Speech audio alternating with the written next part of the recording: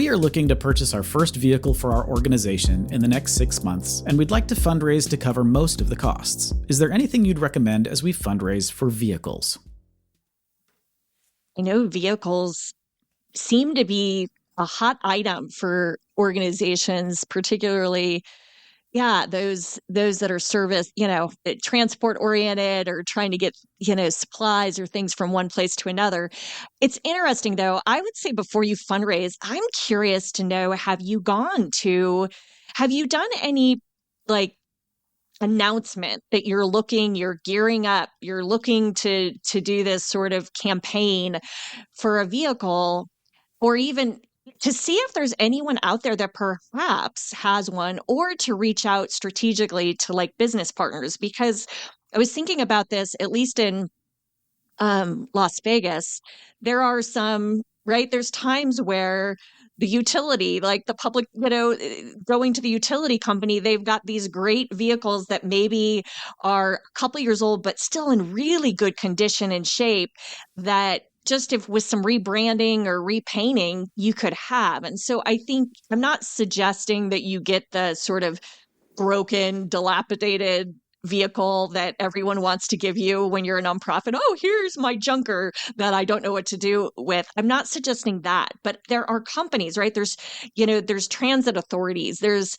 one time I heard of an organization that put some social media out there about needing a vehicle and sort of sharing their specs of like, this is the size we're looking for. We need kind of a van doing XYZ. And there was a local church that was like, yeah, we're not using this anymore. Things have changed with our programming, so we're happy to give it to you. So I guess before you even start fundraising, I'm wondering, like, have you done some of that groundwork to see if you can either get, something from one of your local businesses or local organizations, sometimes other nonprofits. I mean, again, it needs to meet your needs. So I'm not saying, get the second fiddles type of vehicle, but see what you can do. So that's my first thought on this. And then I also think from a fundraising standpoint, the cool part is we know that donors love concrete, tangible items.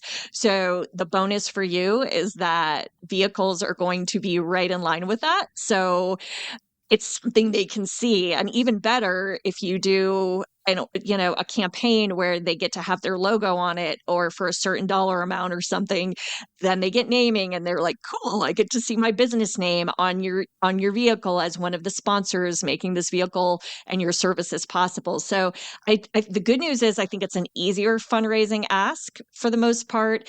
And I think sharing, what I think people make a mistake of is not sharing, they get so fixated on the vehicle, help us buy this vehicle, and they forget to tell you why. Like, what is the vehicle going to be used for, right? Andy, you're laughing, like, right? Like, because it's just sort of like, okay, so why? Tell me the story behind what that vehicle is going to make possible. That's what I want to hear. And I want to know I'm part of, like, as your donor or sponsor or whatever, however you package this, like, I want to know I'm making that magic happen, magic that doesn't happen without a vehicle. So those are just a few, obviously matching opportunities are always good, but these are the other like caution I would give after you've done all the stuff I just said, right?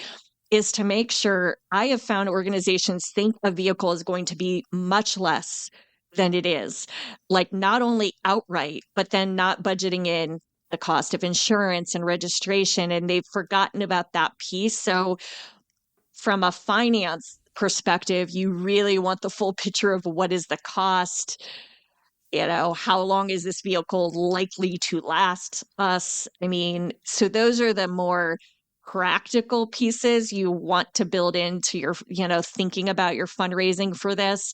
So instead of just, oh, we need 50 grand for this van, it's 50 grand plus insurance for the first few years, registration costs. Like, I would build it all in.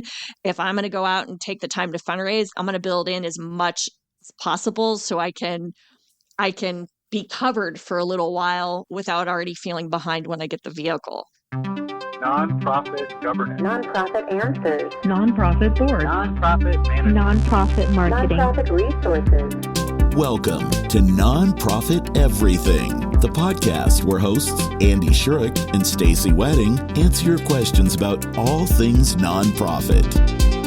Welcome to another episode of Nonprofit Everything. I'm Andy Shurick. I'm here with Stacey Wedding, and we're here to answer all your nonprofit questions.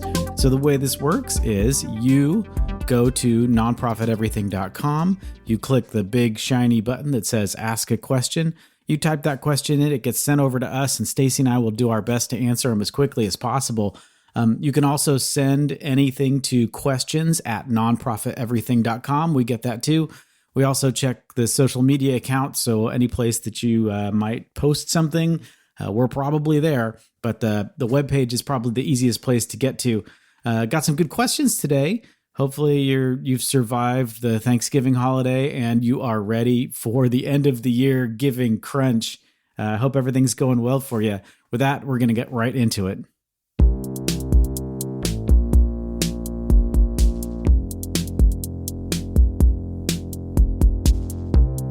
We're forming a new nonprofit, and one of the potential foundation funders we were talking to recommended that we don't file the 1023-EZ. I didn't think it was a good idea to push back on her, but isn't that a legitimate option provided by the IRS? Why wouldn't I use a simpler, cheaper, and faster option? Oh, it's a great question. I know we say this a lot, but sometimes it's like, this is a really good question.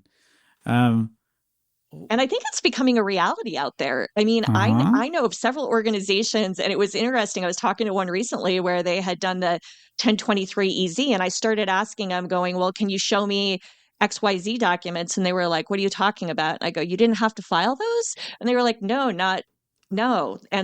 not for the 1023-EZ. So it's really becoming more popular, I think, because it's all the things, right? Yeah. So not that long ago. So the 1023-EZ has not been around for very long. It's a relatively recent thing. And for those of you who are like, I don't know what you're talking about, you just threw an IRS number at me and my brain hurts. So what the 1023 is it's the form that you file with the IRS to say, we are interested in creating a public charity or a private foundation or some kind of nonprofit entity. And here's all of the information that we're going to give you. And then you can tell us whether or not we're allowed to be a nonprofit, whether or not we are eligible under Section 501c of the IRS code to say that you can give us a donation that will be tax deductible. One of the things it also does is it sorts you into some of those subcategory buckets. So the difference between a private foundation and a public charity, like you fill it out, like the information sort of falls out once you fill out the 1023. And not that long ago, it's only been a few years, they introduced another one called the 1023-EZ. And the reason they did that, there are a couple of reasons they did that. One, it was massive amounts of political pressure from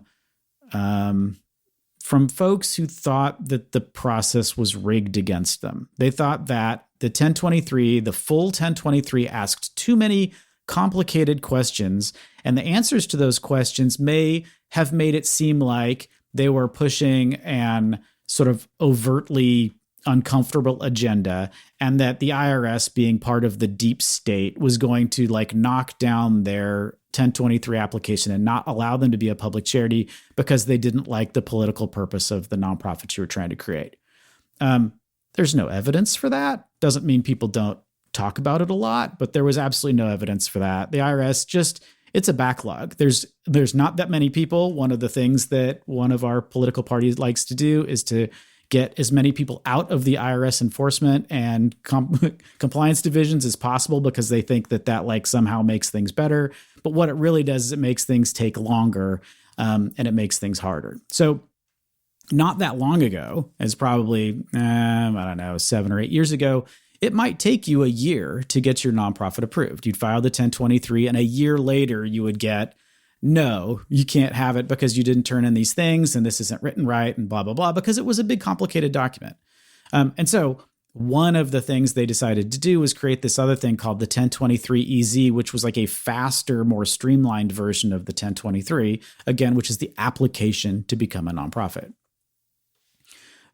one of the things that the IRS has also started doing more recently is to like sort of fast track everybody. Is the process for getting your 1023 approved is a lot faster than it used to be. And part of that is because more people are filing the 1023 EZ, which asks easier questions, doesn't have as much detail. And so people get approved.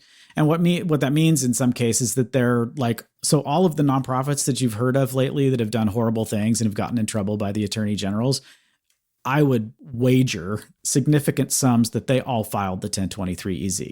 So one of the things that it does is it skips all of the other hard stuff that's on the regular 1023. There's fewer pages to do. There are fewer questions to answer. There's less sorting. And one of the reasons that this was allowed is that every time you file a 990, the 990 asks a lot of these same questions again and then sort of proves it. So one of the things that when you're creating your nonprofit to begin with, you get the 1023 EZ, it sorts you into a particular box, but in a lot of cases, you don't exist yet. There's not an organization to sort of look back on. And until you actually start to work and you've been in it they actually give you a 5-year runway for some of these answers too. Until you've got 5 years of history, they don't know whether you're a public charity or a private foundation because they don't know where your donations are going to come from. And until they know that, they can't really know what box to sort you into. The reason your potential foundation funder said, I would like you to do the 1023 instead of the 1023 EZ is because it's a harder thing. It's got more questions. It sorts you more appropriately into the right category. It makes you do a lot of extra sort of pre-work before you set up your foundation or before you set up your nonprofit. You can't just like go check, yes, I'm good. Send the thing in and get a yes back. You have to do like your homework first, which is like, do we have a business plan? Because you need to have some sort of business plan in order to generate a pro forma financial statement, which is one of the things you need for the 1023. That's a lot of work. And it involves a lot of sitting around and going, well, what if this happens? What if this happens? The other thing it has is lots and lots of yes or no questions that are like, do you have a conflict of interest policy? If you check no, like there's no checkbox for that on the 1023 EZ. You don't have to worry about that. On the full 1023, you have to do all of these things in advance, which proves, especially to your funder, that you're serious, that you're not scared of hard work, that you actually know the answers to all these difficult nonprofit questions, and you're not just like, oh yeah, we're going to be great. We're going to save the world. Here, send us some money. It's interesting because when you think about this question and the 1023 EZ. So we know it's less expensive. We know it's shorter, right? Just a few pages versus the multitude of pages with the full 1023 expedited process. And so you can see where it's attractive to organizations, right? It's like, oh yeah, I want to do the EZ, like it's quick, right? And in general, I think societally, we're all sort of oftentimes motivated by quick and let's get it done quickly. But this is where it can backfire on you because then you get it and you don't even know if you haven't done any other homework, like all the things you need to be doing to run your nonprofit that the 1023 requires you to go through. And just some, concrete, you mentioned conflict of interest, but other things that 1023 EZ doesn't cover, right? Doesn't, talk about family and business relationships like among the board of directors, right? Like related party transactions, doesn't cover that, doesn't talk about compensation of your board members, doesn't doesn't force you to talk about kind of the revenue projections for the next several years. The details of fundraising programs and of services. I mean, it's really kind of, it is the short version. And I don't want to, I can see where it would be easy to fall in that trap. I guess it concerns me given how much, Andy, you and I know it takes to run a nonprofit. It concerns me because this has now become something really easy for people to do, right? And then they get into the reality of it and they're soon going to either be not operating in a way that's in compliance with a lot of things because they don't even know they exist. And that scares me. So I get it as a funder. I'll be curious to know if funders start to actually even, I don't know if that would become a question. Funders might, like at least those that really want to get into your structure, how that looks. The other thing, and at least from what I think I've read, and Andy, you can tell me if I'm recalling this correctly, but I think there's like revenue cap, like assets can't exceed, like, or, sort of income. What is it? Is it that you can't exceed $50,000 or something a year with the easy? Like there's some type of actual restriction also on how much activity your organization's going to have financially for the first few years, which allows you, if you were say, no, we're going to blow it out of the water and bring in $1 million the first year, you have to file the 1023 and your 1023 EZ would get pushed back. So there's some specific requirements around sort of limited activity, which makes it feel a little safer to me because at least you're not like talking about huge sums of money. I still, though, I don't know, I'm a person that is cautious. So I probably would say I'd like to see a 1023 even with that in mind. Yeah, I'm not aware. So the 1023 and the 1023 EZ are all like forward-looking statements. So Right. None of them are using existing history unless you've been running for a year, and we're working on it and you've got donors that are comfortable with that, saying you're giving it something that may be tax deductible later, but it isn't now. But once we get this thing approved, then it will be tax deductible. So that's a weird edge case, I think, that nobody really applies to. But because it's forward looking, like you don't have to say, oh yeah, I'm sure we're going to hit it out of the park and we're going to do more than $50,000 in the first year. Right. So you say, oh, we're only going to do $49,000. They approve it. And I'm not aware of any circumstances at all. And if you know of this, let us know. And please correct me, where the IRS has, after you've done the first or second 990, and that one says, oh, we're actually over the threshold for the 1023 Exactly. EZ, go back and do the full 1023 or else we're going to get you. Like the only time they're Right. ever going to do, I don't think they've ever done that. I've never heard of any case where they've actually done that, which No. is, there's just no teeth in the thing. And the reason is, and one of the reasons they even allowed the 1023 EZ to exist is because you still have to do a 990. Like the 990 is okay, here's what we did. And then you have to answer those questions. If it's under $50,000 or your assets are under $25,000, you can do the 990N postcard. And I think the IRS is just like, look, you could be cheating, but you're honestly too small of a fish for us to go after anyway. But I think the bigger thought is like for the sector as a whole, like what we want to do. And there's not that long ago, there was a trust. Do you remember seeing this? There was a survey they did where they asked people like, who do you trust more? And it was like government, for-profits, nonprofits, Yes. educational institutions. And nonprofits came in, they didn't come in on the top. Like people No. trust nonprofits less than they trust for-profit companies, which is insanity. It is insane. Insanity, and because that's changed, corporations right? are Because it clearly used to be lying to you, right, all the time. And nonprofits used to be on the top of that list, Yeah. but trust has eroded Uh-huh. over time, right? And with some of the big cases we've heard about. Yep. That, in my opinion, this is a big piece of it, is where because we've loosened the rules and we've loosened enforcement, like then the only people you hear all the good stories around the holidays about who's doing what, right? Everybody wants to talk about it on Giving Tuesday.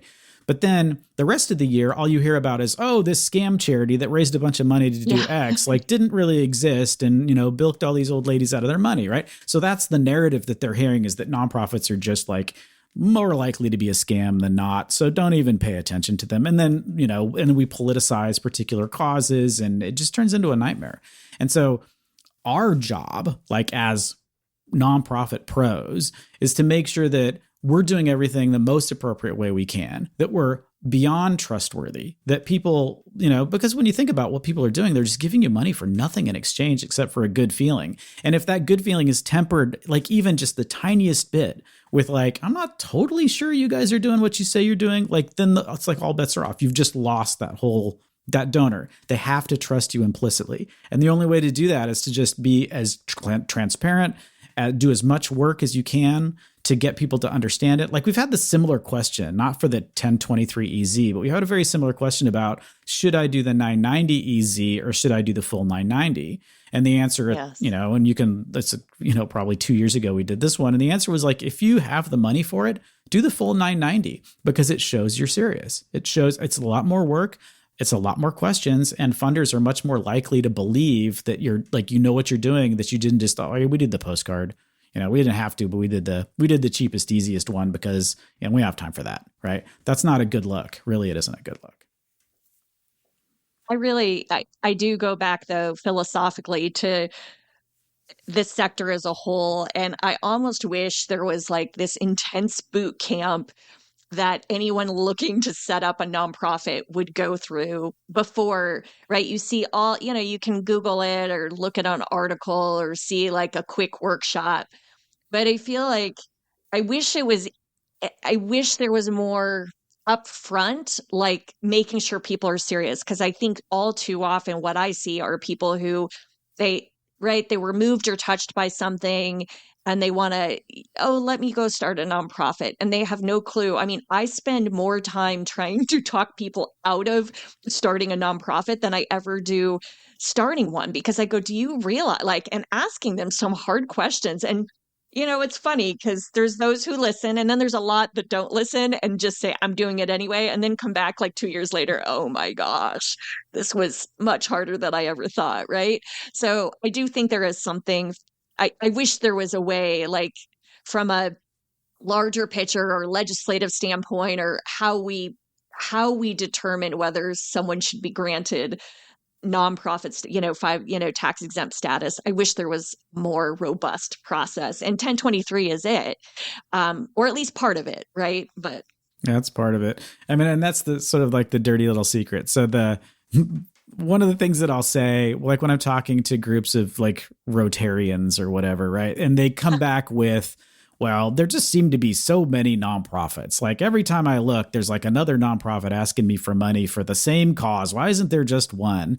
And in the back of my mind, I'm like, well, let's talk about the complexity of mergers and acquisitions in the nonprofit sector, because that's like fraught, number one. Yeah. And then, yeah, you're right. There are a lot of nonprofits that get started for no good reason whatsoever, other than somebody had some money and an idea. Like that's not a good idea. But I never say that out loud, right? That's in the back of my head. What I say is like, well, think about this. Is the problem solved yet?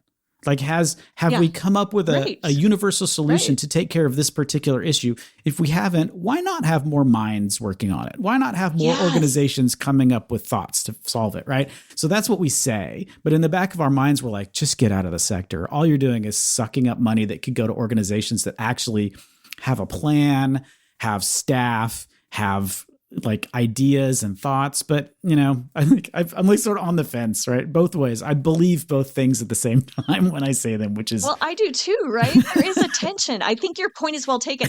It's not that I don't want more nonprofits solving these big social issues. I absolutely do. And these are complex issues that need to be solved. And there's got to be more rigorous upfront work to get this status, to show you're serious, so you're not like you're distracting. Like so many organizations, right? They're distracting from, all the other work. And then donors are confused going, there's so many options out there and they all seem like they're doing the same thing. And I'm just, and maybe they are, and maybe that's okay. But it's just complicated. This is not something we're probably going to solve for today. Andy, and it just generates so many other questions. Like one of the things we know is that fundraising is local. Like people don't give necessarily to national organizations unless they have no better option, right? So there have to be copies of everything in each local community because you want it to stay in your town. You don't want, I'm not giving to something in Iowa. I don't even know where Iowa is, right?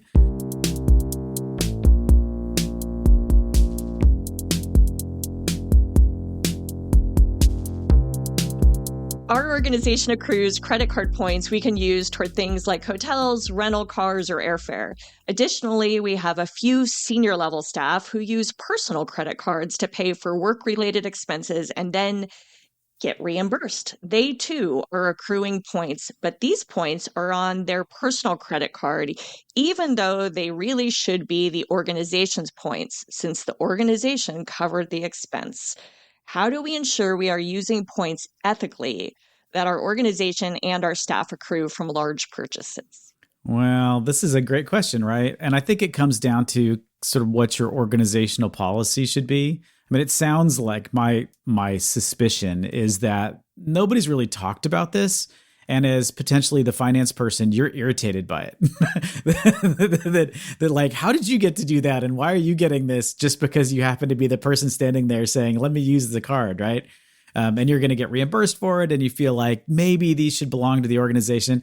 I just think you need to be really clear and have a conversation with, the senior staff and the executive director about like, here's what I see going on with credit card points. And do we want to talk about how to do this? Because I know the word ethical comes up in this sentence or in this question.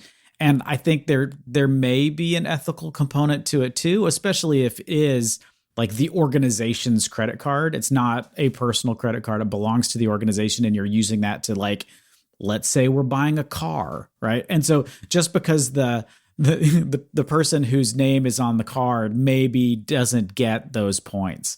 So have a conversation about it, write down a policy, like come to some sort of internal agreement about when when you're allowed to use the points, when the points belong to the organization, what size of purchase, because really in a for-profit environment, like usually if you have a card that you're using, that's your card, those points belong to the person using the card. That's just sort of a perk.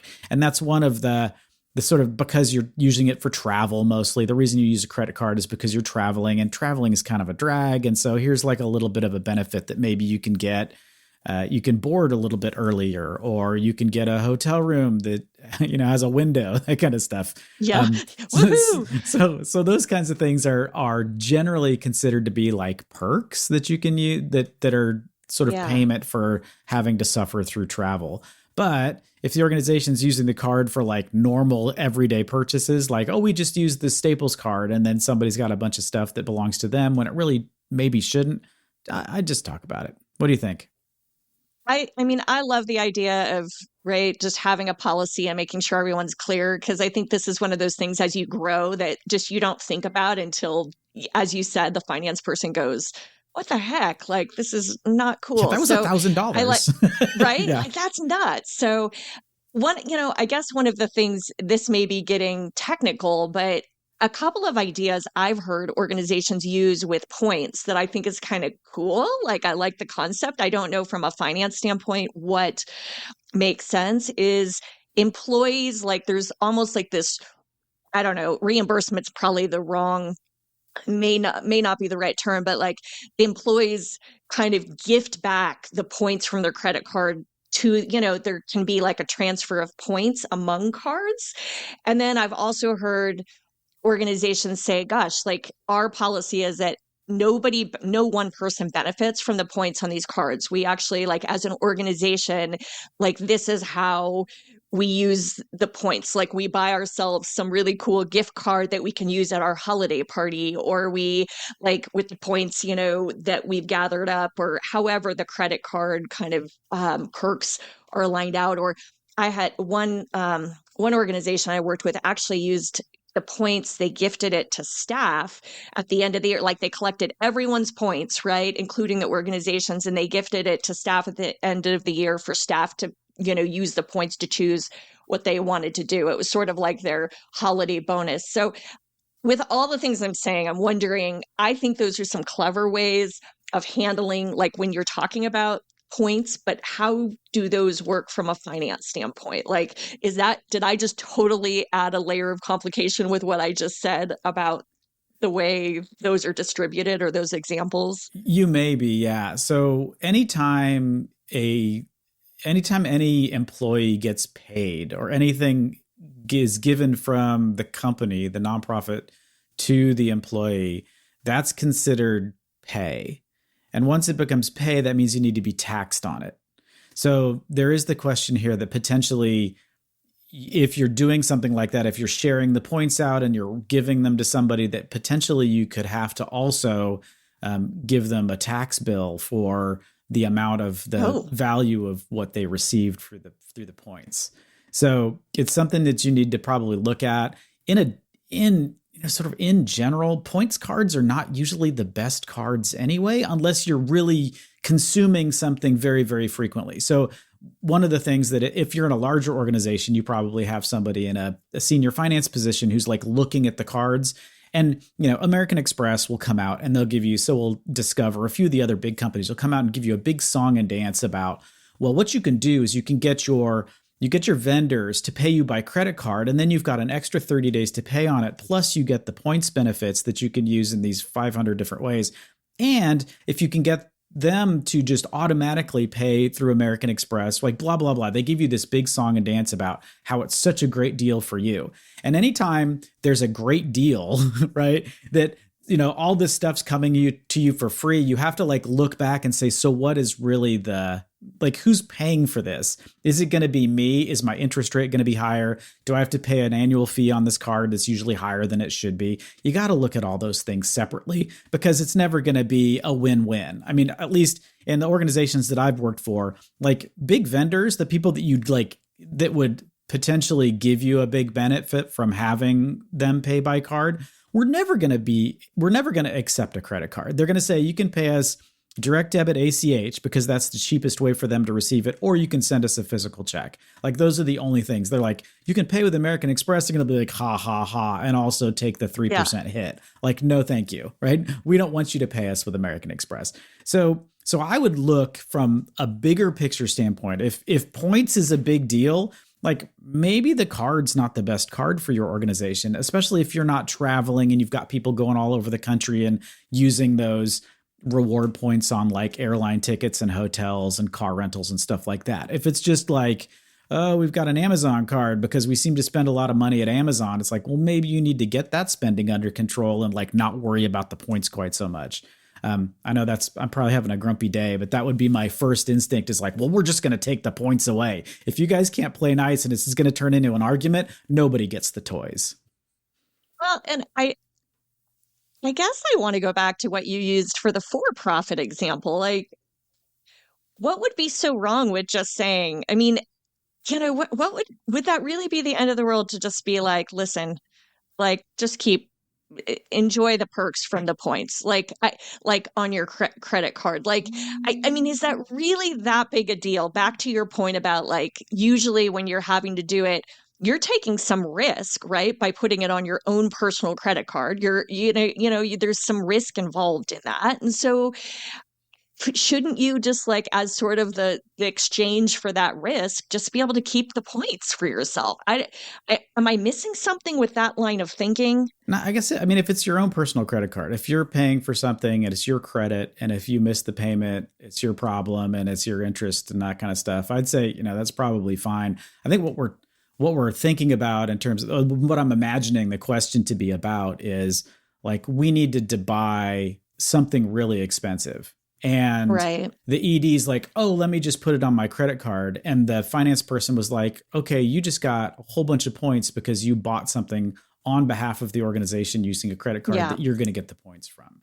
So instead of doing that, why aren't we just cutting a check like we normally would? Let's not play other games. I think the correct way to address that kind of big challenge, and that could be an ethical challenge too, is to make sure that you're doing the tax side of it right. That if you do that, if you make a purchase on your credit card that the points accrue to you, you're going to have to take the hit on the tax side of it. And is that worth it for you? And the answer, like probably 80% of the time, is, oh no, that's going to be too much work. We're not going to do that.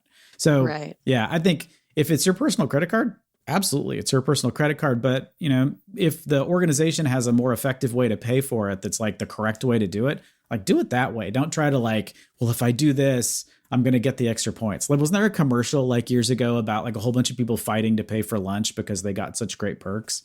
I mean, again, you're not getting great perks. You're paying for it someplace else.